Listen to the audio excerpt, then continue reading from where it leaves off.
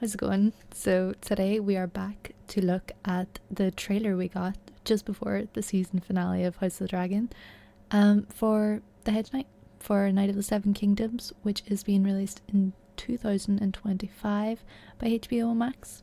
We're going to have a look at some of the characters and a very, very brief look at the background, because I don't want to be spoiling too much, and every other trailer breakdown I've seen for this has basically spoiled the entire first season. So we're going to tread lightly on the spoilers, but we will have a good look. We will have a good nosy at what's going on.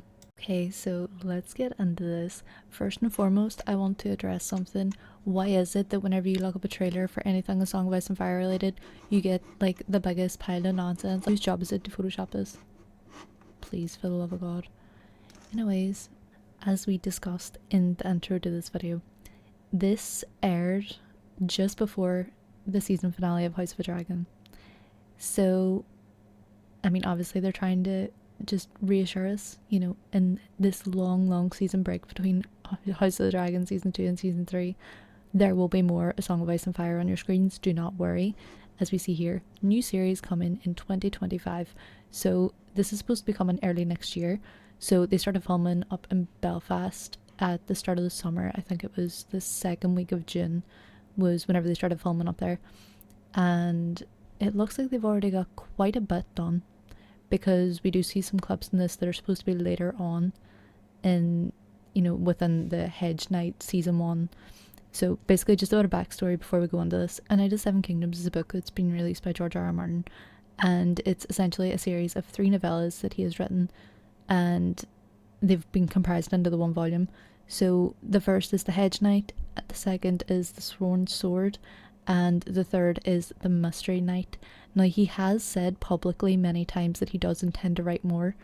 I don't know where I'm pulling this figure from, but for some reason I have the figure 12 in my head, which is entirely unrealistic knowing George R.R. Martin and his writing. Will not say anything about Once a Wonder, but I think so far the plan is that they're going to do A Night of the Seven Kingdoms and adapt these first 3 novellas into 3 short seasons of 6 episodes each. And so they're going to be using this in the off seasons in between House of the Dragon, because we recently, this week, got the news from showrunner Ryan Condal that House of the Dragon is going to be 4 seasons long, and he hasn't said that he's had any he said he hasn't had any conversations with HBO about the episode length of the future 2 seasons, but he's essentially said to presume that we're going to continue as we've established ourselves, basically having 8 episodes. So 16 more episodes of House of the Dragon. We have a lot of ground to cover, but I think this is going to be our breath of fresh air in between all of the dragon battle and kinslaying that we see in House of the Dragon. And it's going to be a bit of a lighter story. It's more following the adventures of this knight here, Sir Duncan the Tall, and Egg, his squire, who is the young boy we will see in the trailer. But yeah, so I think we've covered a bit of the intro here. We'll watch this and then we'll talk about it a bit more. We'll look at casting and we'll wrap up. So essentially, in this first shot, it seems like we are at Ashford. I believe this is supposed to be some sort of Ashford squirey looking outfit over here. And Sir Duncan is wearing the armour of Sir Arlen of Pennytree. So essentially, he squired for Sir Arlen. He was an orphan in Fleabottom, and Sir Arlen took him under his wing, pretty much. Took him as a squire so that he could essentially be trained up to be knighted. And I have not read the books, so my plan is, in the run-up to the season, that I'm going to read each of the 3 novellas and do some sort of, like a book club almost, or like a book review maybe after each of them, and talk about them here in the channel. So obviously they're going to contain spoilers for this show, and so I will give everybody well warning in advance, although I'm sure most of you watching this have probably already read the books and I'm just very much behind. So pretty much overview is, he was squire to Arlen of Pennytree, and very early on, it's going to be like in the first episode, so it's not going to be spoiling anything too much. They are heading out to Ashford. They're going to Ashford Meadows for a tourney, and the Hedge Knight is essentially centered around this tourney at Ashford down here. So this is going to be well, around here in the Ashford Meadow, is going to be the site of where all this is going to be happening. There's also going to be a spot along the way where he stops in an inn briefly and meets Egg, who then becomes his squire after a bit of protest, I believe. Okay, so subtitles clearly having an issue with an accent here. This is some sort of receptionist at Ashford asking for his name, obviously to register him in the tourney. This young man, this is Egg, as you can see. So this is a young boy that he meets on an inn along the way, and he wants to be a squire, and Duncan is a bit reluctant, and then ends up, they become unlikely friends, and he becomes the squire. And unclear who this is. This could be Duncan practicing, or this could be Duncan maybe elsewhere in the shot, and this could be Sir Arlen demonstrating. Yeah, it looks like an older man, doesn't it? Ooh. Well, that looks quite threatening, doesn't it? These are the 3 horses of Sir Arlen of Pennytree.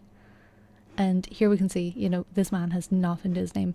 He has nothing to his name, and then he's trying to register himself an attorney, God bless him. So he unsheathes this sword that clearly was not attached to a belt or anything, so I assume it was not initially his.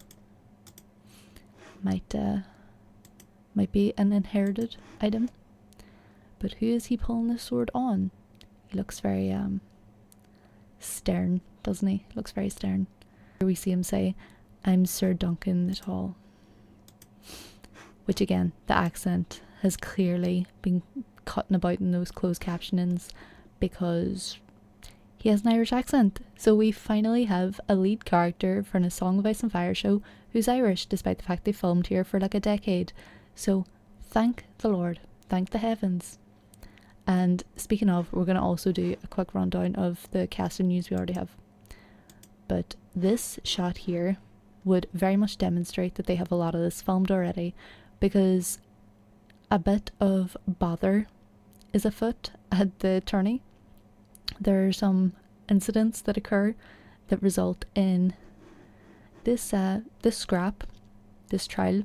So there's a trial by 7, and essentially it's 2 sides have 7 knights each, and it comes from an Angel tradition where they brought it over because the 7 knights are supposed to represent like the faith of the 7, whatever, usual crack, religion intervening. And I promise you, I still have that religious imagery video coming. It is on the way for House of the Dragon season 2. Maybe even season 1, we might go back and reflect on that too. This seems to be the collateral of some fallen soldiers lying around here, and unclear who these 2 are, but I'm gonna assume that at least one of them's Duncan. Yeah, it looks like he's doing a pretty good job of being quite the strong fellow, quite the formidable knight. We actually hear about him in Game of Thrones, so it's whenever they're looking through that book that has all the information about all of the knights, you know, the commanders of the King's Guard and basically their reputation, and Joffrey's looking through it with his father, with Jaime, and he remarks, he's basically making fun of his father, but he remarks that Sir Dunk has 4 pages in the book written about him, and so they're like, oh wow, he must have been quite the knight, and Jaime's like, yeah, I believe so. But it's, you know, I'm not sure how much of that we're going to cover in this series, but I think it's going to be quite endearing, seeing the relationship between these 2, and then seeing what that develops into, and him, you know, progressing into quite the formidable fellow. And we also seen Egg mentioned in A Game of Thrones, in the TV show. So whenever Maester Aemon is on his deathbed, he starts saying, Egg, I had a dream that I was old, mother's looking for you, all this. And he's referring to Egg because this is his younger brother. There was obviously a connection there, and then in his dying breath, he was reaching out to his brother. We are to understand this is in between. This is in between the main series of Game of Thrones and House of the Dragon, it's early enough that dragons were still in living memory. Like the last dragon was still in living memory of those who were alive at this time, but it's also detached enough that you can see the kind of the looming themes and acts and characters that are going to lead to the events that bring about the main series as well. So it's very interesting. Obviously we only have a 6-second clip, and I've probably been yapping about it for way longer than 6 seconds anyway, I can tell you that much. So wow, it's bright. So these are the characters that we have cast so far, and obviously Peter Claffey is playing Dunk, lovely Galway boy, and our first main lead of A Song in Ice and Fire show, who is Irish and able to keep that Irish accent. And this Dexter Soul Ansel is playing Egg, this sweet little boy. They made him shave his head and everything, God bless him. But commitment to the role, fair play to him, young actor. So these are our two main characters. And then these are all supporting figures. No idea why Aerion Targaryen is first. Does that reflect the searches? Because looking at this most Targaryen festive man, I imagine that a lot of people are probably searching this figure. I have to admit that I did. I have no shame. But he is going to be one of these characters. It's like, will it be a you love to hate him, or will it just be you hate him? You know? This figure, gonna be a pal. You know? Gonna be likeable. He does have this sort of look about him. A very handsome man. Does have this sort of look about him. This is the only photo that I've seen of him, by the way. He does look like he could be a showrunner of a Song of Ice and Fire show. Do you know what I mean? Like that look about him. Maybe what I'm saying doesn't make any sense. Very Baratheon looking, fair play to them. Good casting. And so these two are brothers on the show. So Maekar Targaryen, meant to be a strong warrior type. Baelor Targaryen, Baelor Breakspear. He is infamously a dark hair Targaryen. So it's gonna be interesting seeing that on scene and seeing if they actually do it, because Rhaenys was supposed to have dark hair because of her Baratheon blood, and they ended up giving her white hair in the show. So it'll be interesting to see if they give Baelor his dark hair. Also, Sir Lionel Baratheon has the nickname the Laughing Storm, which I think is so cool. So cool. Also, Aerion Targaryen is also known as Aerion Brightflame or Aerion the Monstrous. And so there's also that to consider. He also has like an adapted sigil. I know, me bringing everything back to sigils, I swear to God, but it's essentially the red dragon on black, the red 3-headed dragon on black with 2 feet. George, 2, not 4, 2. Thanks so much. But then it has like a gold head, a red head, and an orange head of the dragon, which is interesting.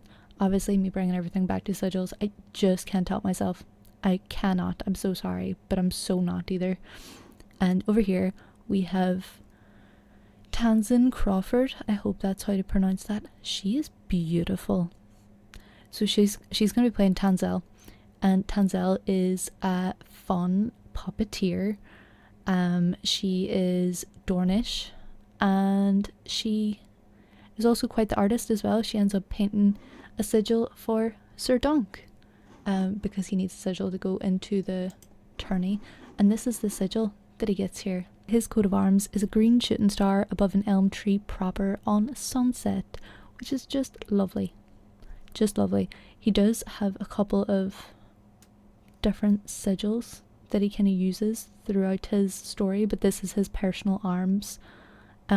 He also briefly used, while competing as a mystery knight, the sigil of an hangman swinging grim and grey beneath the gallows tree. So lovely and wholesome. Love a green comet shooting through the sky. Green shooting star. Green comet. What's it supposed to mean? So what, the red comet's about the dragons and this is about the green seers? Is this what we're saying? Before I even go any further with that. So, she's also known as Tansel Too Tall, which, it has to be said, I cannot see past a tall woman. It's not a height joke. It's a I love tall woman joke. These are our known actors and actresses. And obviously, here's where we're going. Just down here. It's going to be fun. I'm not going to click that in case we get any spoilers. So, my plan is, obviously it's a very, very short teaser, but I said that I was going to have a little look at it, and so I did a little bit of research to bring it back to you. But I think I'm going to go and get the book, A Knight of the Seven Kingdoms, and I'm going to read The Hedge Knight and come back to you with my thoughts. Don't know how long it's going to take me. It's a novella, it shouldn't take that long. But I want to do a bit of a book review, a little book club. It could be fun. So if anybody hasn't read it, we'll have a look at it together. People can read along, people can leave their comments in the comment section below, and then it'll open up a whole new world of theories that I can dive myself into and literally not get out of despite all my floundering. And so that'll be wonderful. Oh yeah, on top of that, a hedge knight is, so just the definition of a hedge knight is essentially a knight that has not been sworn to a house. So basically like knight for hire type vibe in Westeros. So like a hedge knight will go around and look for someone to essentially pick them up and take them on as paid work, or like a paid worker for their house. So they're not actually like a sworn sword, do you know what I mean? But the next one in the series is called the Sworn Sword. So guess some things change between now and then. It's gonna be interesting. So yeah, I mean, I haven't read this, so I'm excited to go on this journey with y'all, and obviously to watch this show. And then if we get any more filming news, or like big filming news, or if we get a proper trailer, this is obviously just a teaser, but if we get a proper trailer soon and anytime before the series, like I will be covering that too. So, and hopefully then I'll have read the book and I can do a bit more of an in-depth exploration of it. So it's gonna be fun. I'm looking forward to it, and I hope you all are too. So yeah, this is what we're gonna be doing in the off season. We're keeping going with the Song of Ice and Fire. I'm also gonna be doing some other fantasy related things, horror related things, gaming stuff, comic stuff, whatever. Just anything that I'm interested in, I'm going to throw it up here. And if anybody has any other thoughts of things that they would like, or things that they think I would like, please by all means let me know. I trust in our mutual interests, and so if you like something, I very well might like it as well, considering we already like A Song of Ice and Fire together. And so let me know. Yeah, I very much appreciate it. I'm having a lot of fun over here. So thanks for coming along with me in that journey, and I'll see you in a couple of days with another video. I might also look at The Last of Us. I'm not going to make any promises, but I might look at The Last of Us too. But until then, thanks so much for joining me, and I'll see you in the next one.